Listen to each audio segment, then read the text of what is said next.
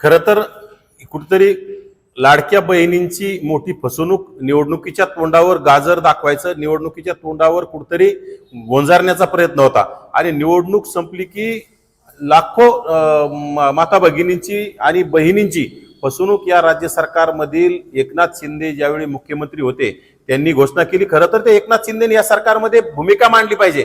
ज्या मुख्यमंत्र्यांनी महिलांना तुम्ही लाडकी बहीण योजना लागू करता आणि आज लाखो महिलांना त्याच्यापासून तुम्ही दुरावता, कुठं 2.5 लाखापेक्षा जास्त उत्पन्न असलं की त्यांच्यासाठी निकष लावण्यात आले की त्यांचं बंद होणार।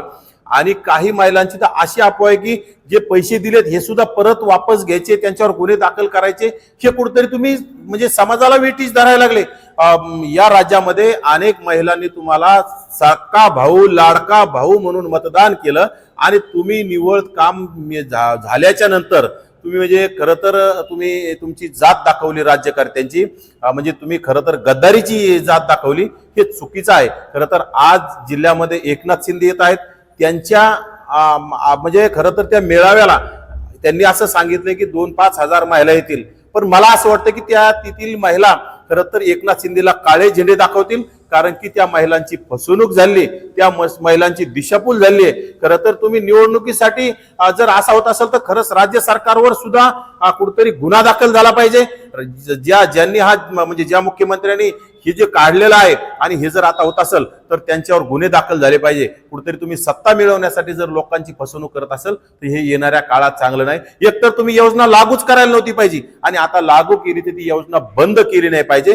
सर्व बहिणींना ती योजना लागूच राहिली पाहिजे। देताय किती तुम्ही 1500 रुपये देता आणि 1500 रुपयात तुम्ही त्याच्यात तत्वता निकष लावायला आले, त्याच्यामध्ये तुम्ही पात्र अपात्र ठरवायला आले। हे अत्यंत म्हणजे चुकीचं आणि तुम्ही कुठेतरी लायकी काढल्यासारखं, काही माता भगिनींची तुम्ही लायकी काढल्याचा हा प्रकार आहे। परंतु येणाऱ्या काळात या गोष्टीचा सरकारला फटका बसेल, त्यामुळे सरकारनं कुठेतरी या गोष्टीला आवर घालावा आणि सकल बहिणीला आणि सरसकट बहिणींना तुम्ही जे काय लाडकी बहीण योजना लागू करावी त्यामध्ये दुजाभाव करू नये असं माझं मत आहे। सत्तेपूर्वी त्यांनी जे आहे त्यावेळेस 1500 रुपये दिले होते, मात्र सत्ता आल्यानंतर आम्ही 2100 रुपये देऊ, अद्याप आणखी लाडक्या बहिणीच्या खात्यात पैसे जमा झाले। 2100 जाऊ द्या हो, 1500 द्यायलाच त्याच्यामध्ये त्यांनी निकष लावले, त्याच्यामध्ये तुम्ही पात्र आहात अपात्र आहात ते त्यांनी सुरू केले। अनेक महिलांचे पैसे वापस घेऊ अशा भूमिका आवावड्या उठवल्या जात आहेत। म्हणजे कुठेतरी संभ्रम निर्माण करून द्यायचा आणि योजना खरं तर मला वाटत नाही ही योजना काही दिवस चालेल। ही योजना नक्कीच येणाऱ्या काळात ही गुंडाळल्या जाईल। कुठेतरी निवडणुकापुरती ही योजना काढलेली होती आणि राज्य सरकारनं सत्ता मिळवण्यासाठी हे केलेलं योजनेचं गाजर होतं, ते गाजर आता मोडून राज्य सरकारच खाणार आहे असं मला वाटतं। रंगे निव्वळ कुठेतरी मराठा समाजाची फसवणूक करायची, मराठा समाजाची दिशाभूल करायची आणि सरकारला वेठीस धरायचं, प्रशासनाला वेठीस धरायचं आणि गरीब मराठ्यांना वेड्यात काढून त्यांना सुद्धा वेठीस धरण्याचा हा जरांगेचा प्रकार आहे। जरांगेची क्रेज कमी झाली, जरांगेची लोकप्रियता कमी झाली की जरांगे नवीन काहीतरी इव्हेंट आणून त्याच्या मागे प्रसिद्धी मिळवण्यासाठी हा जरांगेचा केविलवाना प्रयत्न आहे। परंतु जरांगेवर खरं तर आता सध्या जिल्ह्यामध्ये जमावबंदीचे, शस्त्रबंदीचे आदेश आहेत, त्यामुळं जरांगेवर गुन्हे दाखल झाले पाहिजे। जरांगेवर कुठतरी जमावबंदी केल्या प्रकरणात जरांगेंना अटक झाली पाहिजे। परंतु राज्य सरकार जरांगेला पाठीशी घालत जर असेल तर जरांगेवर गुन्हे दाखल होणार नाहीत आणि राज्य सरकारला जर लोकशाही मार्गाने आणि संविधानिक मार्गाने जर देश, राज्य, जिल्हा चालवायचा असेल तर जरांगेवर गुन्हा दाखल होऊन जरांगेला अटक होईल असं आम्हाला वाटतं। सामूहिक आंदोलन सुरू आहे, त्यांचं जिल्ह्यामध्ये जमावबंदी सुरू आहे। सामूहिक तेच म्हणतो ना मी की सामूहिक आंदोलन आहे, त्यामध्ये अनेक लोक एकत्र येणार आहेत आणि जिल्ह्यामध्ये जमावबंदी आणि शस्त्रबंदीचे आदेश आहेत। खरं तर जरांगेच्या त्या आंदोलनाच्या ठिकाणी अनेक शस्त्रधारी सुद्धा लोक येत असतात। यापूर्वी पोलिसावर ज्यावेळेस लाठीचार्जच्या टायमिंगला पोलिसावर त्या लोकांनी हल्ले केले, त्यामध्ये अनेक जणांकडे रिव्हॉल्वर सुद्धा होते। म्हणजे जरांगेचे समर्थक, जरांगेचे हस्तक, जरांगेची झुंडशाही करणारे कार्यकर्ते हे पूर्ण गुंड आहेत। त्यांच्याकडे शस्त्र म्हणजे अनेकांकडे जर तपासलं तर त्यांच्याकडे वेगवेगळे प्रकारचे शस्त्र तिथं आढळून येऊ शकतात। त्यामुळे माझी पोलीस प्रशासनाला विनंती आहे की त्या जरांगेच्या आंदोलनाला बंदी घालावी, जरांगेच्या उपोषणाला तात्काळ जरांगेला समज द्यावी आणि उपोषणापासून थांबावा, अन्यथा आम्ही सुद्धा येणाऱ्या काळात याच्यामध्ये कुठेतरी आम्हाला दाद मागावी लागेल की जर जिल्ह्यामध्ये जमावबंदी असताना जरांगेला उपोषण करण्याला परवानगी मिळत असेल, जमाव गोळा करण्याला परवानगी मिळत असेल तर जरांगेच्या इशाऱ्यावर राज्य चालते का यासाठी आम्हाला दाद मागावी लागेल।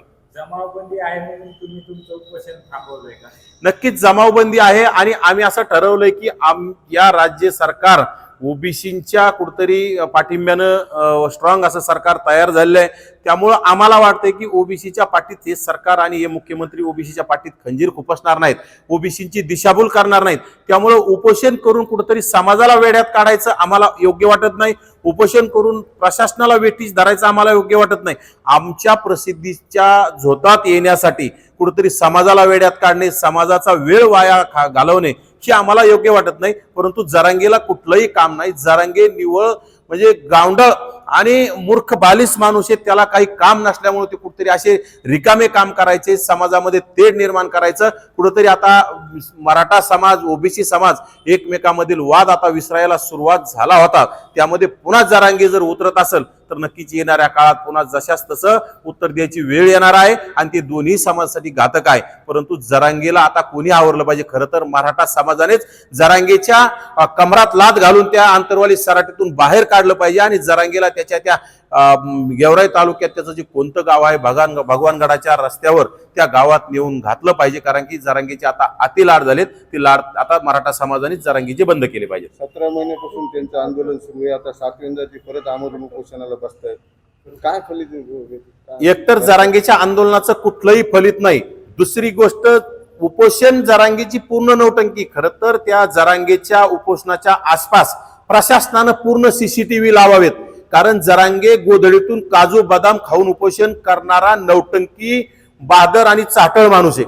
त्यामुळे जरांगेच्या उपोषणाच्या आसपास प्रशासनाला आमची विनंती आहे, आमच्या जशा उपोषणाला तुम्ही सीसीटीव्ही लावले होते तसे जरांगेच्या उपोषणाला सुद्धा जरांगेच्या स्टेजच्या आसपास जरांगे कुठं जातोय, काय करतोय, जरांगेच्या हालचालीवर लक्ष ठेवण्यासाठी सीसीटीव्ही तिथे हे केले पाहिजे. आणि जरांगे गोधडीतून जर त्याच्यातून बदाम खात असेल, काजू खात असेल तर त्या सीसीटीव्हीतून नक्कीच निष्पन्न होईल आणि जरांगेची सीसीटीव्ही लावल्याच्या नंतर जरांगे उपोषण करण्याचं धाडसच करणार नाही असं आम्हाला वाटतं.